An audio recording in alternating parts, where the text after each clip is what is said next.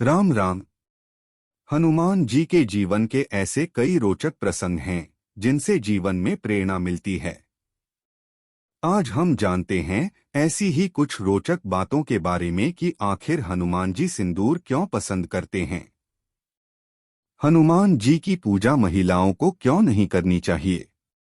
साथ ही ये भी जानेंगे कि नटखट नन्हे मारुति ने ऐसा क्या किया कि उनका नाम हनुमान रख दिया गया। श्री हनुमान क्यों हुए सिंदूरी।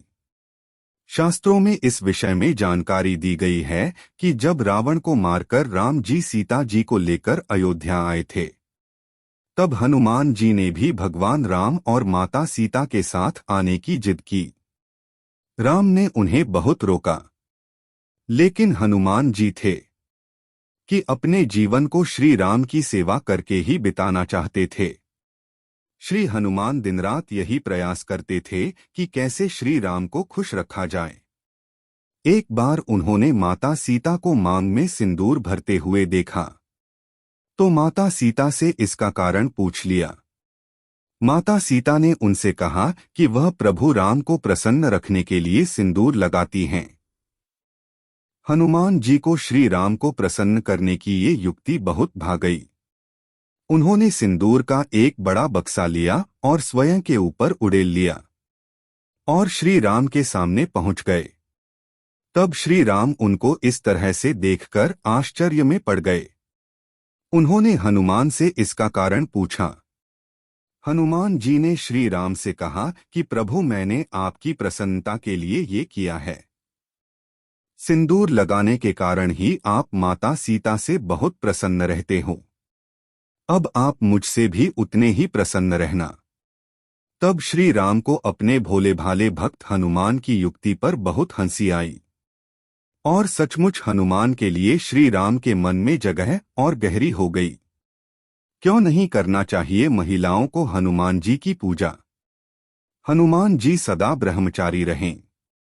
शास्त्रों में हनुमान जी की शादी होने का वर्णन मिलता है, लेकिन ये शादी भी हनुमान जी ने वैवाहिक सुख प्राप्त करने की इच्छा से नहीं की, बल्कि उन 4 प्रमुख विद्याओं की प्राप्ति के लिए की थी, जिन विद्याओं का ज्ञान केवल एक विवाहित को ही दिया जा सकता था। इस कथा के अनुसार हनुमान जी ने सूर्य देवता को अपना गुरु बनाया था।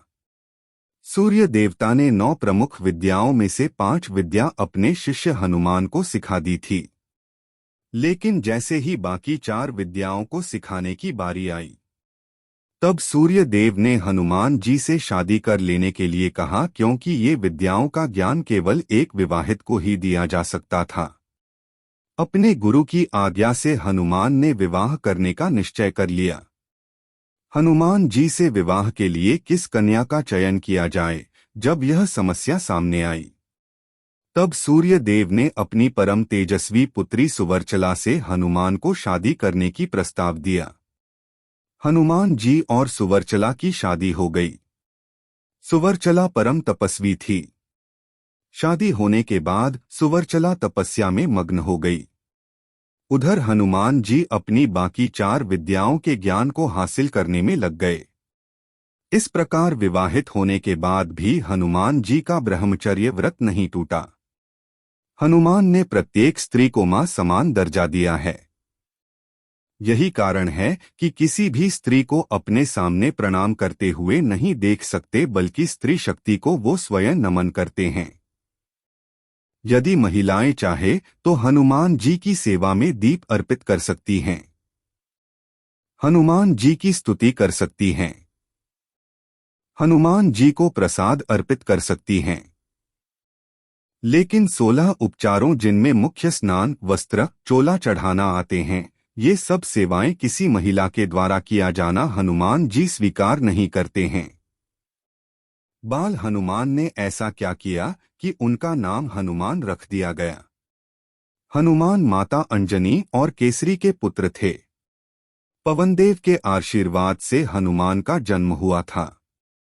हनुमान जन्म से ही बहुत अधिक ताकतवर और विशाल शरीर वाले थे। हनुमान के बचपन का नाम मारुति था। एक बार मारुति ने सूर्य देवता को देखकर फल समझ लिया और तेजी से सूर्य देवता की ओर पहुंचकर उन्हें निगलने की कोशिश में अपना मुंह बड़ा कर लिया। इंद्रदेव ने मारुति को ऐसा करता देखा तो अपना वज्र उन पर छोड़ दिया। वज्र जाकर मारुति की हनु यानी की ठोड़ी पर लगा। वज्र लगते ही नन्हे मारुति बेहोश हो गए। यह देख उनके पालक पिता पवनदेव को गुस्सा आ गया, जिससे उन्होंने सारे संसार में पवन का बहना रोक दिया। जीवन पानी बिना भी कुछ समय तक रह सकता है, लेकिन प्राण वायु बिना तो एक क्षण नहीं। इसलिए इंद्र ने पवनदेव को तुरंत मनाया। इसके बाद नन्हे मारुति को सभी देवताओं ने अपनी ओर से शक्तियां प्रदान की। सूर्य देवता के तेज अंश प्रदान करने के कारण ही हनुमान बुद्धि संपन्न हुए। वज्र मारुति के हनु पर लगा था, जिसके कारण ही उनका नाम हनुमान हुआ। वीडियो पसंद आई हो तो लाइक करे, सब्सक्राइब करे। राम राम।